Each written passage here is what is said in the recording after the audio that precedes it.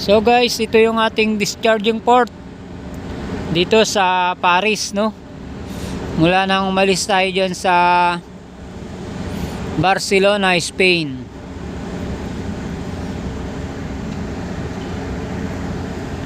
So nakikita natin ngayon si second mate at saka yung ating AB, no?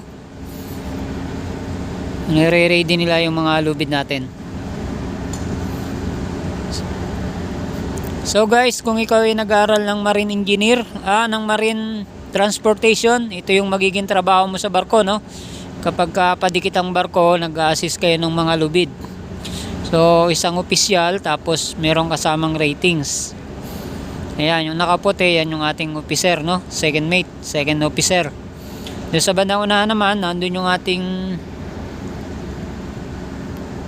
naman sa bandang unahan yung ating chief officer, at saka yung may mga kasama din siyang mga able seaman, no?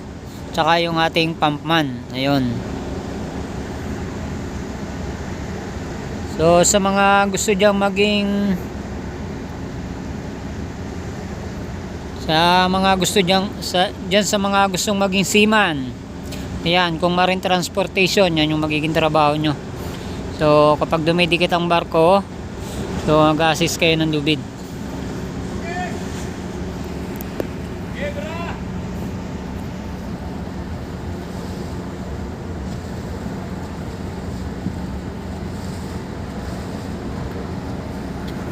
So ayun guys, maraming salamat.